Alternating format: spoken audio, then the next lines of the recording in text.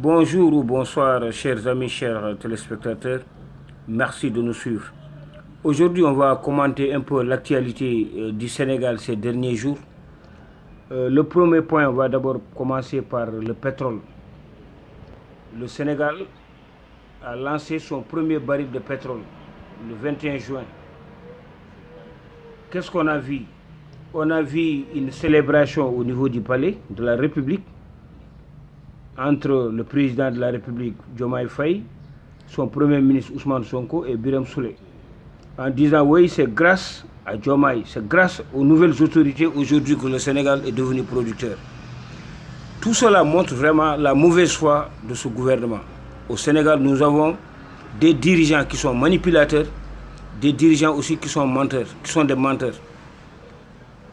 Et pour moi-même, ma grande surprise a été que jusque-là, dans tout le discours, ils n'ont pas parlé de l'ancien régime, ils n'ont pas parlé du président Macky Sall. Et pourtant, Macky Sall a été vraiment l'artisan principal. Si aujourd'hui le Sénégal est arrivé à exploiter le pétrole, c'est grâce à Macky Sall. Parce que c'est Macky Sall, étant d'abord ingénieur à Petrosen, arrivé au pouvoir, a accentué le programme d'exploration des eaux sénégalaises en permettant à des entreprises britanniques et australiennes de fouiller, de rechercher et jusqu'à trouver le pétrole en 2014. Donc, Macky Sall aussi, en tant qu'expert pétrolier, a trouvé les meilleures formules possibles pour accélérer la production du pétrole. Parce que le pétrole, on le sait, c'est pas explorer jusqu'à exploiter. Il faut vraiment un long cheminement. Ça peut prendre beaucoup d'années. Donc Macky Sall, avec Phare, avec Woodside et Kern Energy, parce que c'était Kern qui était l'opérateur. Kern, en retrouvant le pétrole, a continué le projet et à la fin, Kern s'est retiré pour vendre ses actions. Après, il y a eu Woodside qui est venu reprendre les actions de Kern et de SAR. Et là commence vraiment, le projet. Le projet a pris beaucoup d'années avec surtout la Covid. Les bateaux aussi avec l'opérateur principal qui est Woodside, l'Australien Woodside. Les gens sont allés jusqu'en Chine commander des bateaux, le FPSO. Donc tout a été fait par Macky Sall. Macky Sall ne s'est pas arrêté là. Ce que Macky Sall a fait aussi est extraordinaire. Parce que Macky Sall a appris sur les échecs des autres pays africains. Parce qu'en Afrique, quand même, il y a le Nigeria, il y a l'Angola. Ce sont des grands producteurs. Mais le Nigeria, tout le monde sait que le Nigeria, aujourd'hui, en produisant presque 1 million de barils. Mais tout le monde voit aussi que l'économie nigérienne n'est pas du tout tirée par le pétrole. Les Nigériens ne profitent pas de leur pétrole. Donc Macky Sall s'est inspiré de ce problème en faisant quoi d'abord? En créant l'Institut national du pétrole et du gaz pour former les futurs ingénieurs sénégalais qui doivent aller sur les plateformes pétrolières. Macky Sall aussi a créé ce qu'on appelle le COS Petrogaz.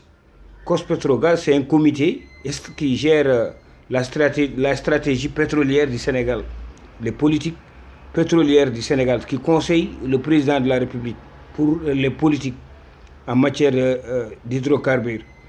Donc, les dirigeants de COS Petrogaz sont recrutés dans la diaspora sénégalaise.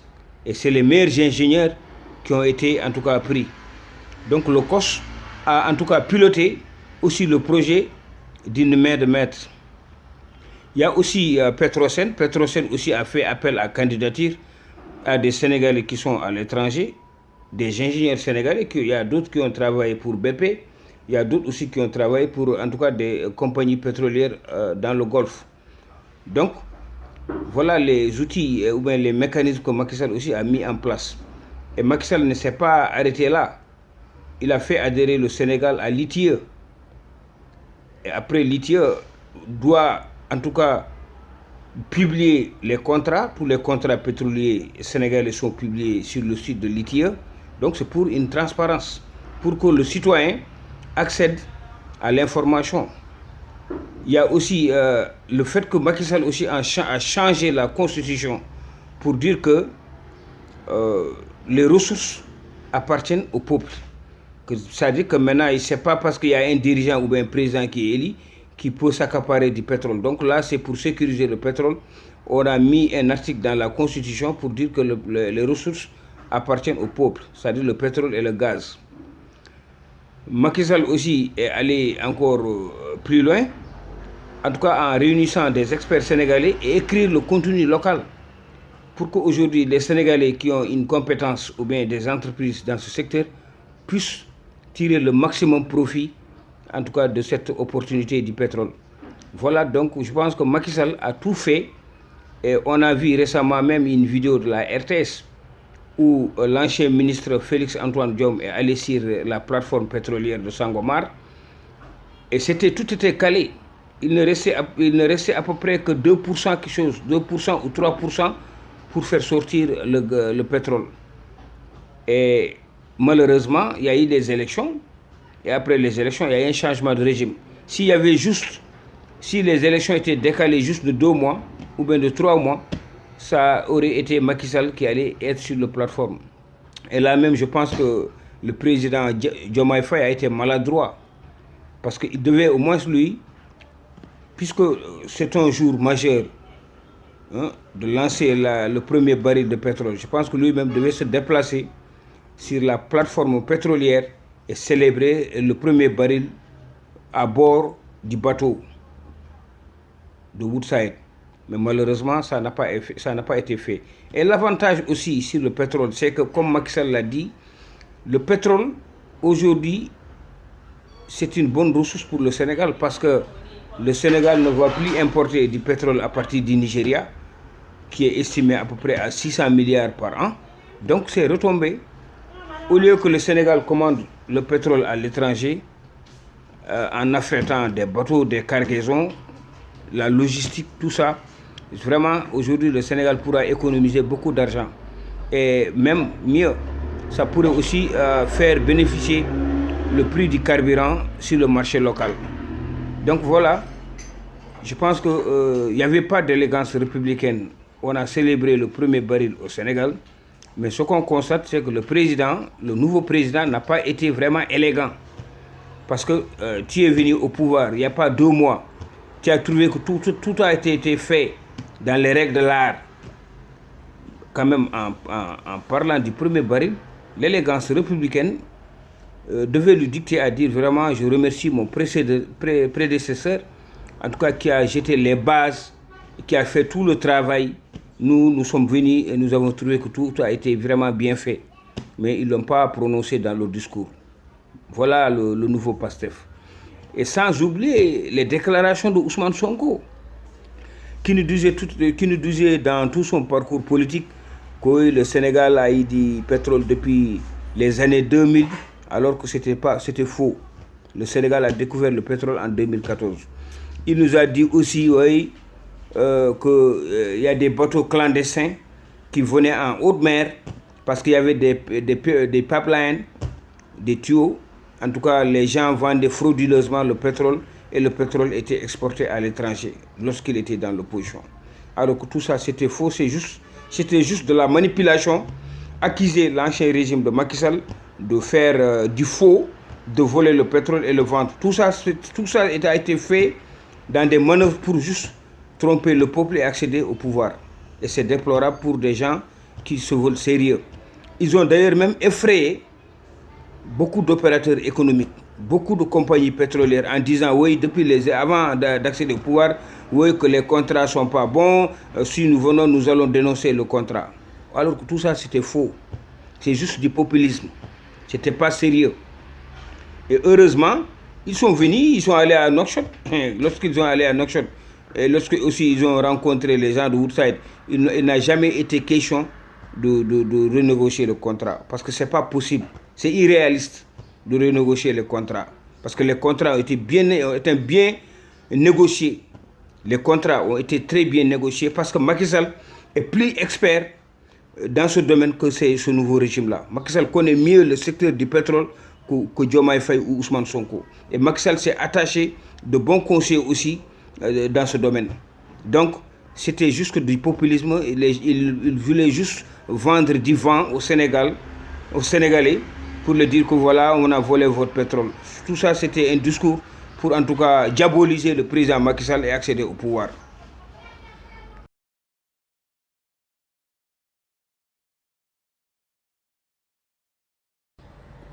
Et toujours pour parler de la sécurisation du pétrole, que Macky Sall quand même a posé des actes vraiment je dois dire très nobles, des actes nobles pour le futur sénégalais du pétrole.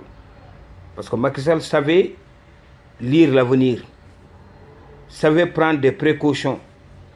Parce que Macky Sall d'abord, comme je l'ai dit tantôt, il a changé la constitution en disant que ces ressources-là, n'importe quel dirigeant au Sénégal qui va venir va trouver que les ressources appartiennent au peuple.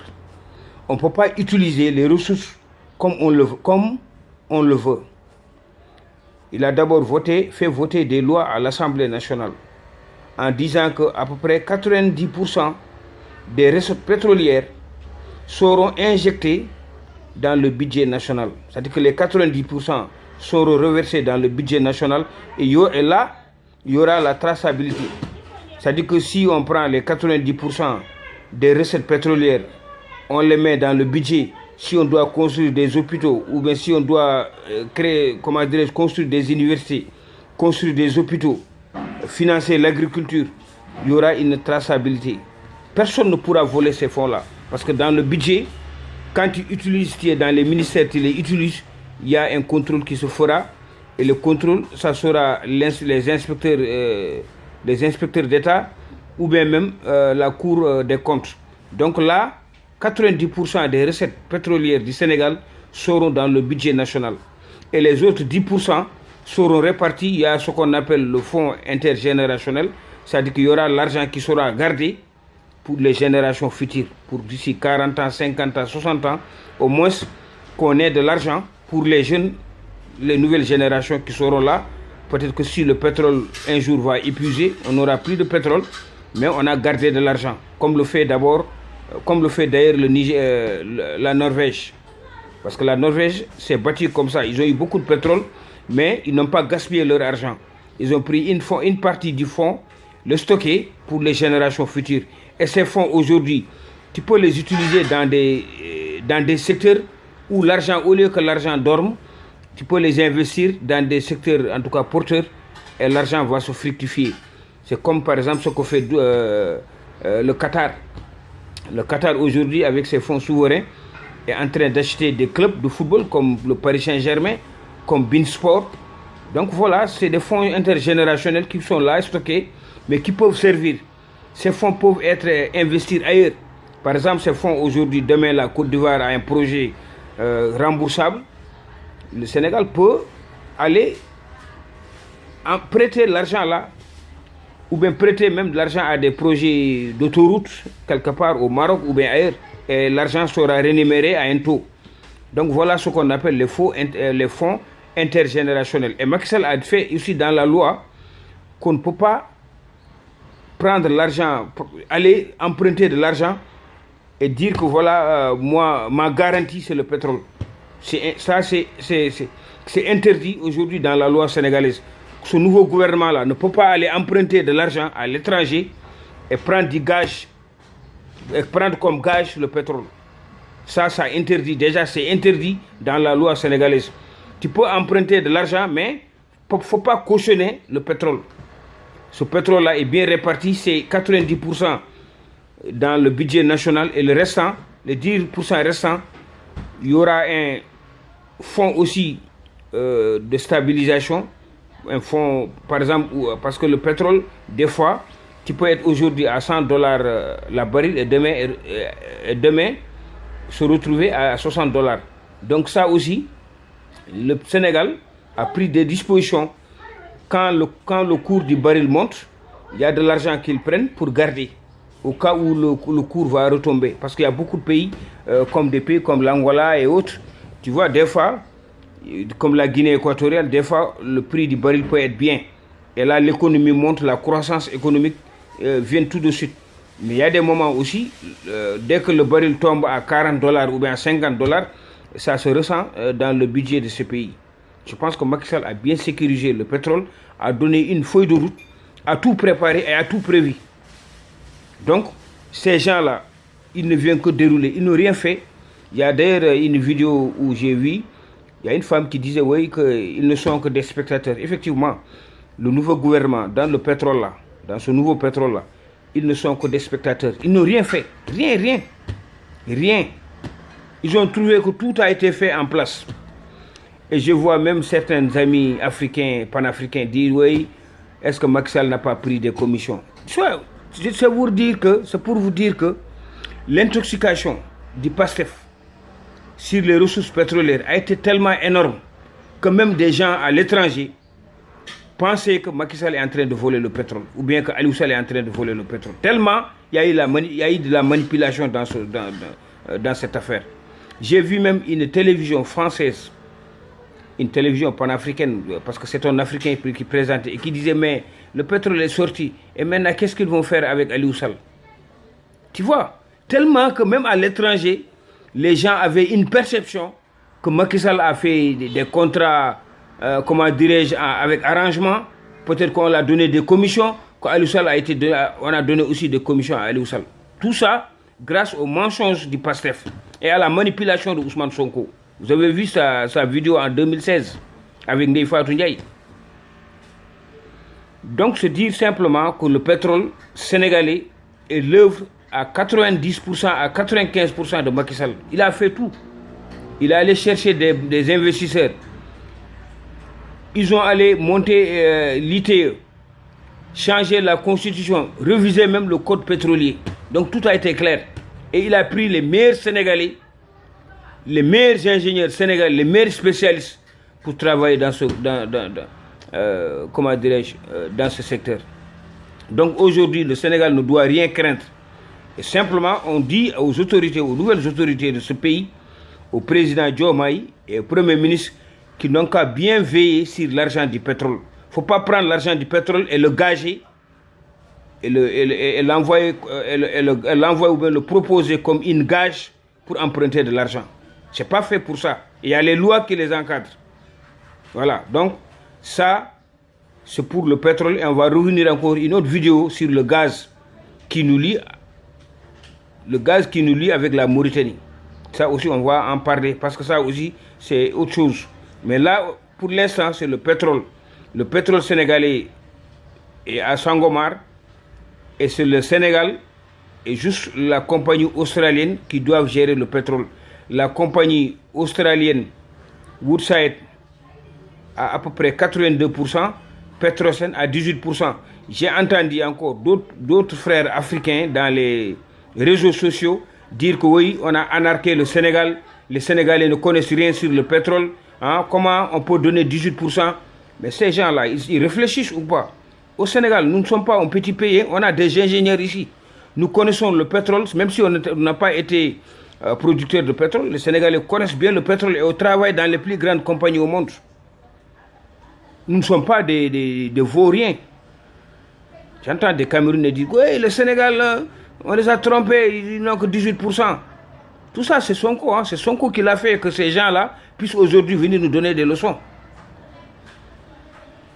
Comment une société qui prend ces milliards de dollars, qui vient faire de l'exploration, tout le monde sait comment l'exploration est chère. Tu fais de l'exploration, tu trouves, tant mieux, tu ne trouves pas, tu perds tout ton argent. Une compagnie qui vient signer des contrats, que dire voilà, et le Sénégal ne savait même pas qu'il y a le pétrole là-bas. Une société prend ses risques, venir forer, explorer, forer, investir dans le projet, sur les bateaux, sur les sociétés qui vont venir faire les installations et tout, hein, dépensant des milliards de dollars. Et ces gens-là, ils doivent avoir un retour sur investissement. Et les 10% de Petrosen qu'on parle, les 10% c'est à titre gratuit. C'est dans le code pétrolier sénégalais. S'il y a une société qui vient faire de l'exploration, automatiquement, si on trouve, tu dois donner 10% gratuit à Petrosen. Maintenant, Petrosen aussi a en tout cas, a la possibilité de monter jusqu'à 20%. Où est le problème? Et maintenant, si la société arrive à se rembourser ses frais, le Sénégal un jour peut-être va nationaliser le programme. Et les bateaux qui sont là, achetés là, ça va rester aussi pour le Sénégal. Le Sénégal n'est pas perdant. Et puis la société, elle va payer 35%. Aujourd'hui, le Sénégal va produire du pétrole. La société, elle est installée au Sénégal ici. Les Sénégalais savent combien de barils par mois, combien nous avons comme argent de recettes. Et ça, c'est taxé. Les gens vont payer l'impôt sur le revenu de 35%. Et les gens maintenant restent dans les réseaux sociaux, manipuler les gens, donner des fausses informations. Il faut que les gens communiquent. Parce que moi, je vois beaucoup d'Africains parler de n'importe quoi sur le pétrole sénégalais. Comme quoi que les Sénégalais ne connaissent rien ou bien ne savent pas ce qu'ils font.